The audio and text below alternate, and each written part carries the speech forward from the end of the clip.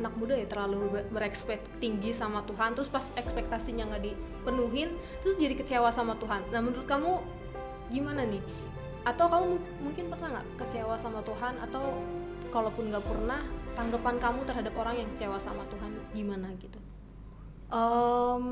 Mungkin kalau untuk tanggapan ke orang agak susah ya, karena kan kita juga nggak tahu seberapa dalam hubungan dia sama Tuhan gitu. Mungkin kalau boleh cerita personal sih, ya kadang-kadang kan sering lah kita kayak, ya aku pribadi gitu ya, misalnya aku daftar panit gitu terus nggak keterima, kayak apaan sih nih, aduh kok temen gue keterima, orang gue wawancarai lebih bagus gitu loh. Tapi ternyata ketika aku belajar berserah gitu, kayak yaudahlah, mungkin emang Tuhan tahu yang terbaik, dan itu pun butuh waktu loh untuk kita mengerti apa yang Tuhan mau tuh, butuh waktu gitu, walaupun kita udah Kristen banget gitu.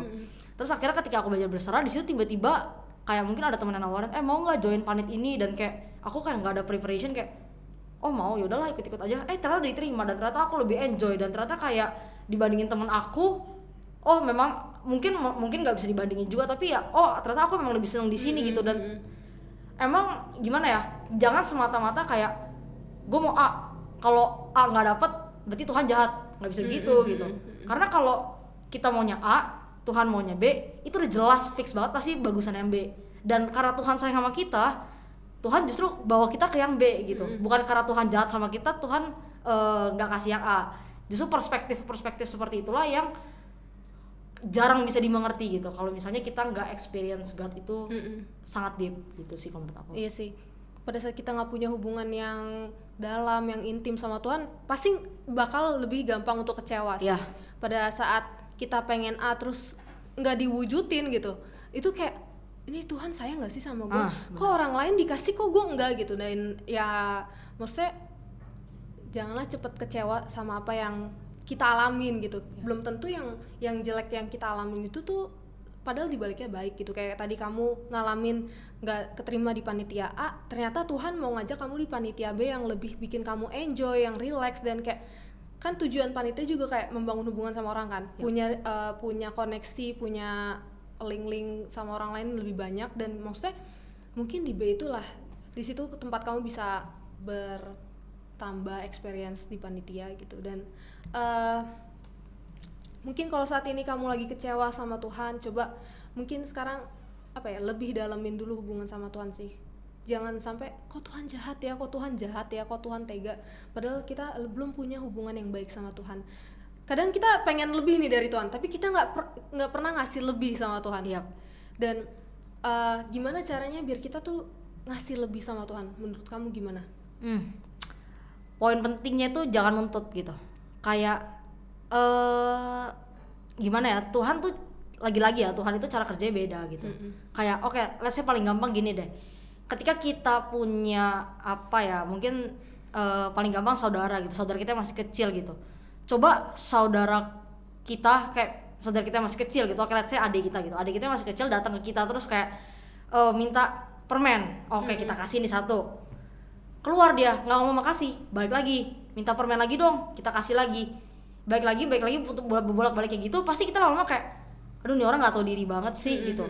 Nah tapi kan ketika dia datang, dia minta permen, kita kasih, dia ngomong thank you, itu secara tidak langsung dia nggak usah minta lagi, kita pasti punya hasrat untuk ngasih lebih lagi. Semakin kita semakin kita kasih, dia semakin ngomong thank you, kita semakin rasa kita dibutuhkan, kita dia appreciate gitu apa yang kita kasih. Nah Tuhan itu juga kayak gitu maksudnya, walaupun Tuhan itu bukan sosok yang kesel kalau kita minta terus, cuman ya Tuhan itu seorang ayah yang baik gitu, seorang bapak yang baik. Ketika kita terus bersyukur sama apa yang kita punya, Tuhan pasti bawa kita ke level yang lebih tinggi. Tuhan akan kasih kita lebih, dan itu memang aku ngerasain sendiri lah, jadi aku bisa ngomong kayak gitu. Tapi pada saat kita dikasih lebih sama Tuhan, kita punya tanggung jawab yang lebih juga sih. Benar. Dan kayak jadi seorang kakak tuh berarti kan kita dikasih lebih sama Tuhan untuk kita jadi seorang kakak, tapi tanggung jawab sebagai seorang kakak tuh lebih besar daripada tanggung jawab seorang adik. Dan kayak maksudnya jangan sampai kita cuma pengen terima tapi kita nggak bisa kasih gitu sama Tuhan. Dan benar tadi kata Olin tadi, untuk kita nggak banyak nuntut sih, tapi lebih banyak untuk kita bersyukur sama apa yang Tuhan kasih. Dan dengan kita bersyukur kayak ya Tuhan gak perlu disuruh sih, gak perlu kita minta, gak perlu kita paksa-paksa, pasti Tuhan kasih yang terbaik buat kita. Dan pengalaman kamu sama Tuhan, pernah gak kayak ngalamin kamu kalau dengar suara Tuhan pernah secara audible atau dari hati aja atau lewat terlintas di pikiran gitu? Kalau secara audible kayak nggak pernah sih, cuman sering kalau hati sering banget kayak tiba-tiba aduh pengen ini, tiba-tiba ada dorongannya itu kenceng banget gitu loh. Dan ya kita tahu lah kapan itu feeling seorang manusia, kapan itu panggilan dari luar, kita tahu ya, lebih ke arah dari hati sih. Terus pas kamu punya feeling yang kenceng banget tuh di hati kamu, terus pernah nggak kamu di momen itu nggak ngelakuin gitu?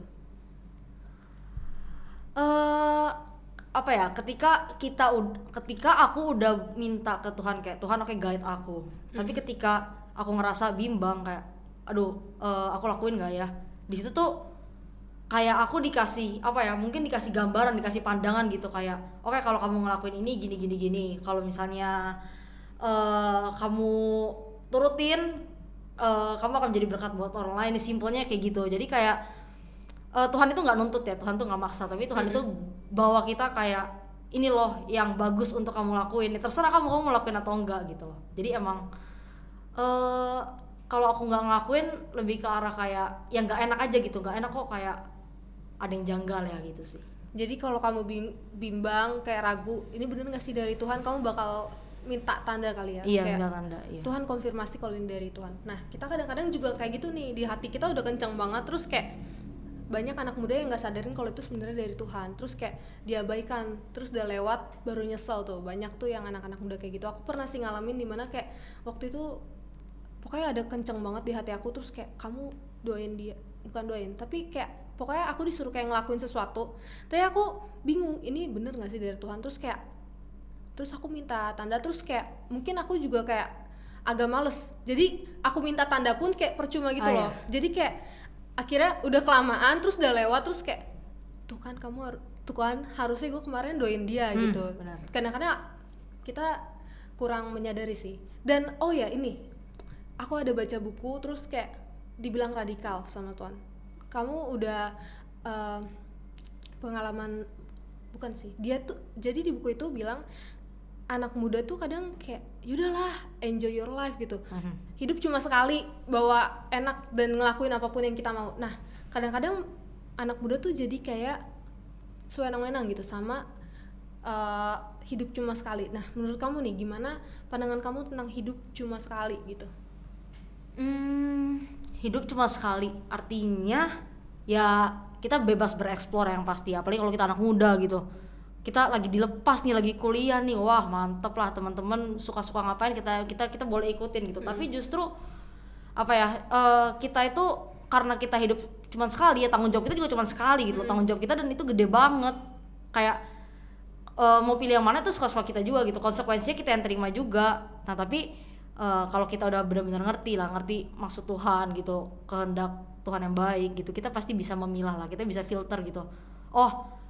Mungkin kalau misalnya ya maksudnya hidup cuma sekali, terus emang artinya kita mesti foya-foya ke bar, ke klub, minum-minum dan sebagainya, kan gak gitu. Cuman kalau anak muda ya kita nggak bisa pungkiri lah, apalagi saat-saat sekarang gitu, mungkin udah ada yang pernah ngelakuin kayak gitu dan mungkin nyesel gitu, kayak aduh gue sayang banget nih kenapa gue dulu waktu itu kayak gitu, coba kalau gue nggak kayak gitu gue udah bisa terbilang kudus lah. Itu nggak apa-apa gitu, nggak usah terlalu menyesal lah kalau dari aku sendiri, karena ya Tuhan aja ngampunin kita gitu kan ya, masa kita nggak ngampunin diri kita sendiri. Jadi kayak hidup cuma sekali artinya ya santai aja gitu, kayak nggak apa gitu kalau kita belok, itu nggak apa-apa, tapi kita gimana cara kita mau balik lagi gitu ke Tuhan gitu sih kalau menurut aku.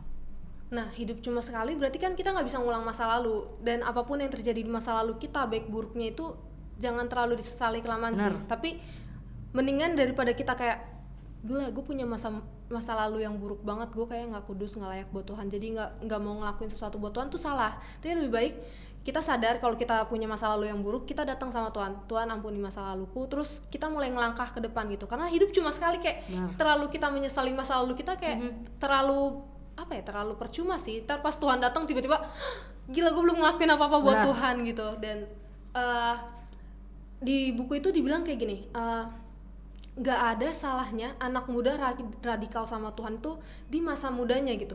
Kayak nggak ada salahnya kita deket sama Tuhan, punya hubungan yang intim sama Tuhan, terus kita kejar Tuhan dengan sungguh-sungguh di masa muda kita tuh nggak ada percuma gitu. Maksudnya itu juga buat kita juga, dan kayak dari pengalaman kita sama Tuhan, dari hubungan kita sama Tuhan, kita bakal ngalamin pengalaman sama Tuhan juga sih.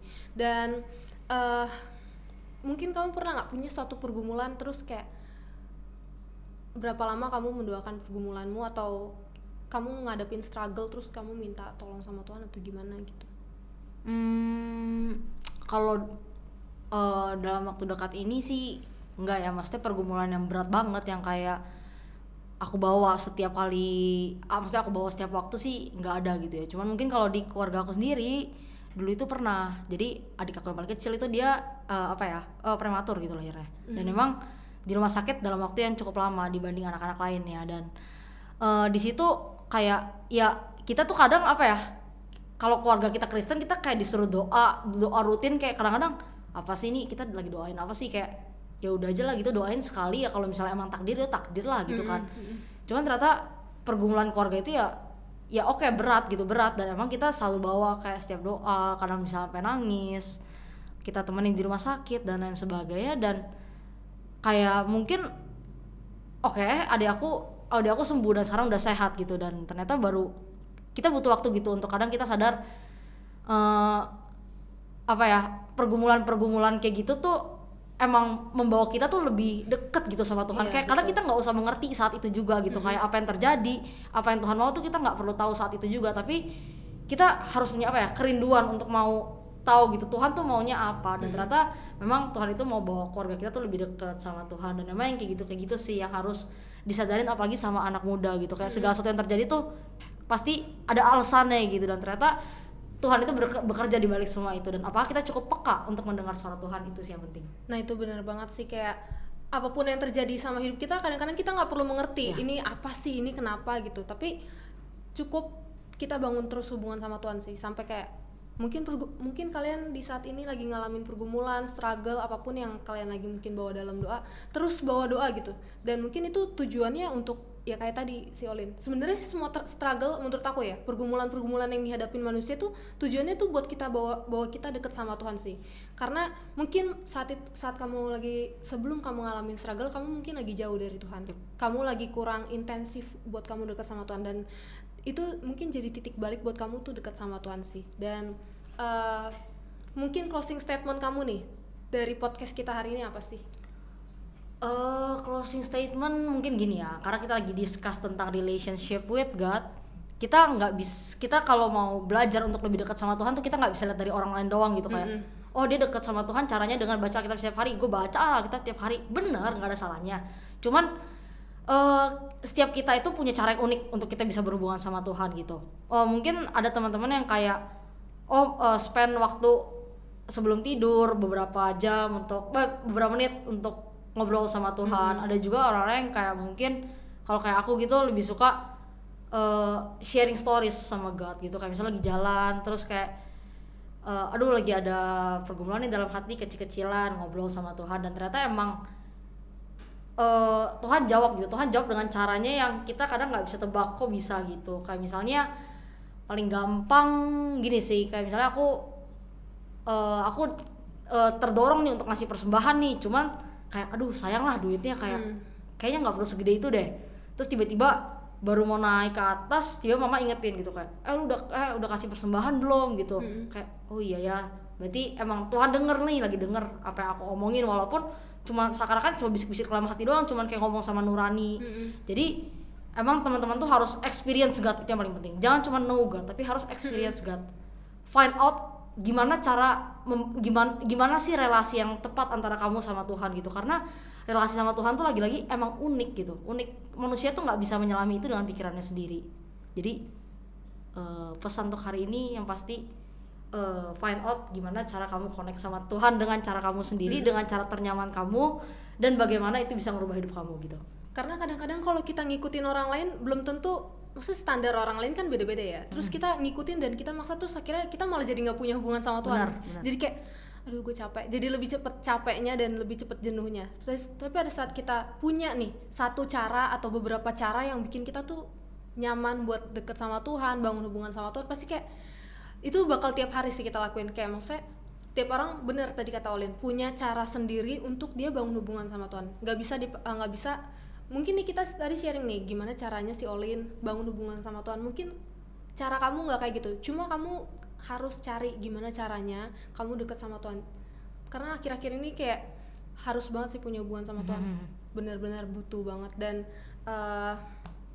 mungkin ini aja sharing kita hari ini. Ayo mulai cari Tuhan, mulai kejar Tuhan, bangun hubungan sama Tuhan, dan bukan cuma sekedar kenal Tuhan, bukan cuma tahu Tuhan tuh apa gimana gitu-gitu, tapi mulai ngalamin pengalaman-pengalaman sama Tuhan.